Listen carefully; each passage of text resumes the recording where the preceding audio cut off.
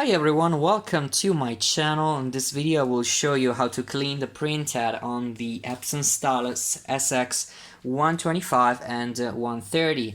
So this video will be a little bit different from the other series that I've done pretty much in Italian on how to clean the printhead on these printers, because differently from the other ones, I cannot open this compartment. I cannot open this. I have just a little compartment over here, but it's pretty much bad to work in such cramped space. So this is the reason why this video will be pretty different from the other ones. I had two sets of cartridges, of refillable cartridges, and the one set that is good because it has chips, I don't have it here. I possibly have in another printer that I'm repairing. So in any case, this printer has been unused for a lot of time, and a manual cleaning it's necessary for this printer to work again.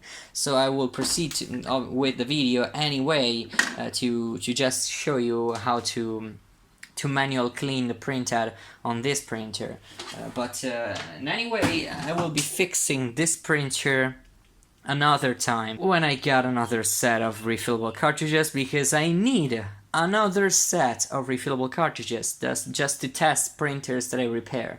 So yeah, the first thing you have to do is to remove this part over here, that is the panel, and this is important to remove because when you remove this, you can actually access a screw that is underneath. So there are two tabs on the back that you need to remove. The tabs are here, these two. You just pry them like so, and the panel should be detached. So now you don't want to pull it up, you just push forward in this direction, and here you got the flat cable that connects the panel, and you just disconnect it like this.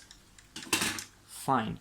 So at this point you have to remove some screws on the printer. So the first screw is over here, then the other screw is on the rear right side.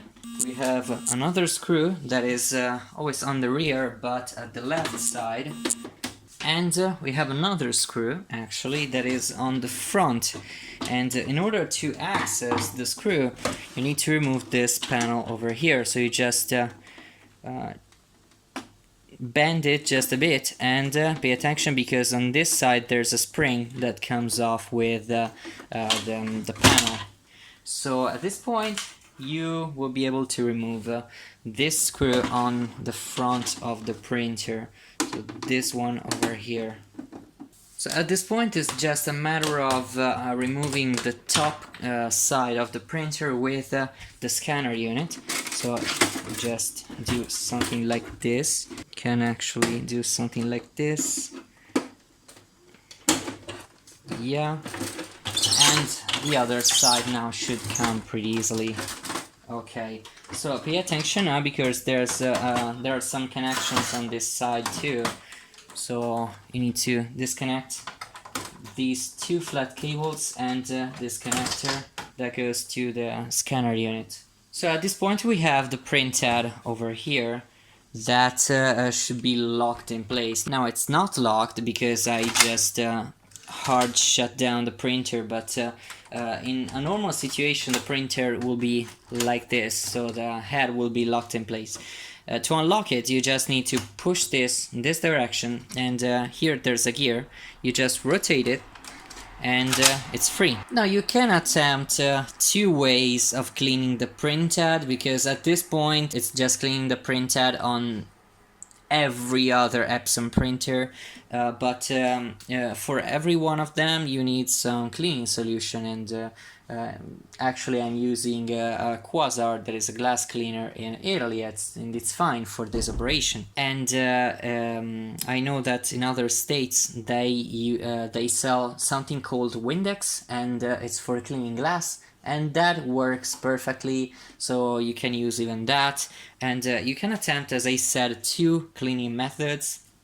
The one that I recommend always to start is to deposit some cleaning solution on the actual purge unit, like so, and then very slowly you move the printhead this way until it locks, well, clicks at least. And now you leave the printer this way for, let's say, for little clocks it's just 1 day, and for very stubborn clocks it's more than 2 or 3 days usually. So this can actually save your printhead from a pretty basic clog that the automatic cleaning functionality of the printer will not fix. But if it doesn't work, there's another way of fixing the problem. So you just move away the printhead, and then you take some paper towel, some absorbing material in any way, and you just absorb the cleaning solution that we applied here. And then we can do another cleaning attempt that is a bit harder, so you need to pay attention when you do this particular cleaning, because it's a very hard cleaning procedure, and you just have to consider it as pretty much a last resort of resurrecting your printer. But yeah, it works very good in most of the cases. So you just take some paper towel and you fold it so many times as you get a simple strip like this, and you take it on here like so. Then you move the printhead this orientation and this way. So now you need to take a syringe with a piece of tubing. This is what I mean. So just some milliliter syringe with a piece of tubing on the other side.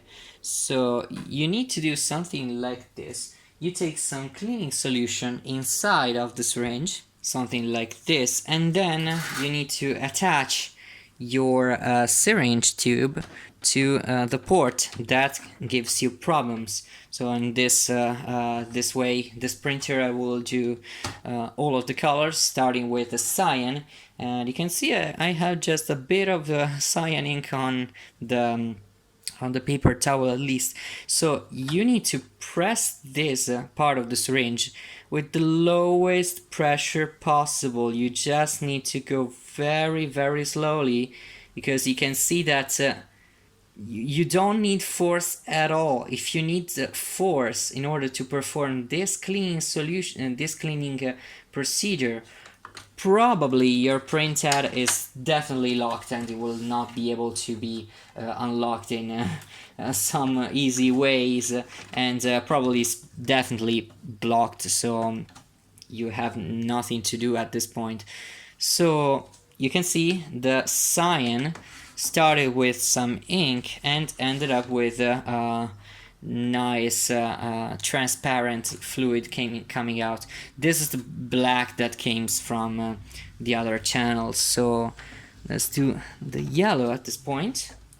That is the most concerning, because we had some yellow in the cleanings, so in the cleaning station right there. So yeah, it's coming out pretty easy, this too.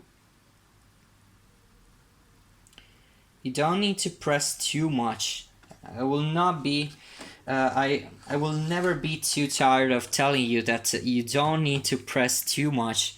Pressure is just a very important step on here. You just need to apply the lowest pressure possible, and you can see now we have a pretty transparent part of fluid coming out. So let's do the magenta now, and you can see that I had like 7 milliliters at max of a cleaning solution at the beginning, and I used like 1 milliliter for color. So you don't need to use a lot of cleaning solution for this.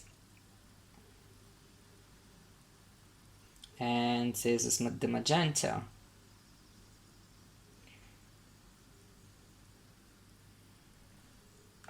Okay, so wait just a bit, and then we can remove it.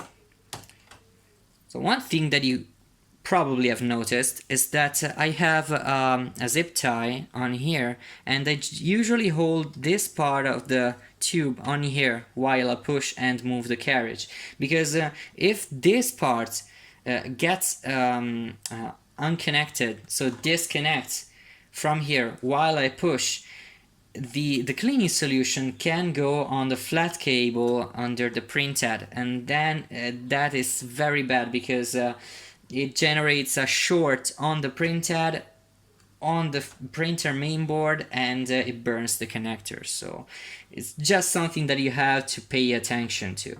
So at this point I will do the black one. So let's do it. Here we can use a little bit more fluid, because the black channel is bigger, contains more ink, and yeah, you can see that you can use a little bit more fluid, and applying the same pressure, it gets more ink on the paper towel. So that is it. These are the two main methods to clean printheads, not just in this printer but every Epson printhead. I just demonstrated on this particular model because it's just a little bit harder to get to this stage, because on the other printers you just open the cover and you are in this situation. This printer is different. You have to disassemble it in order to get here. So another thing, last thing that I will tell you, is that you don't use the second method, so the pushing method, on every printer that has stationary cards. Because if you use this method with a printer that has stationary cartridges, so cartridges that are not located on the actual carriage, you will definitely destroy your printer ink system. So never ever even think of doing that. So this is the end of this video. So thank you once again for watching. I hope it has been useful for you. So in that case, hit the like button, subscribe if you want more videos, share with everyone that has printer problems, of course, and see you in the next video. Bye everyone.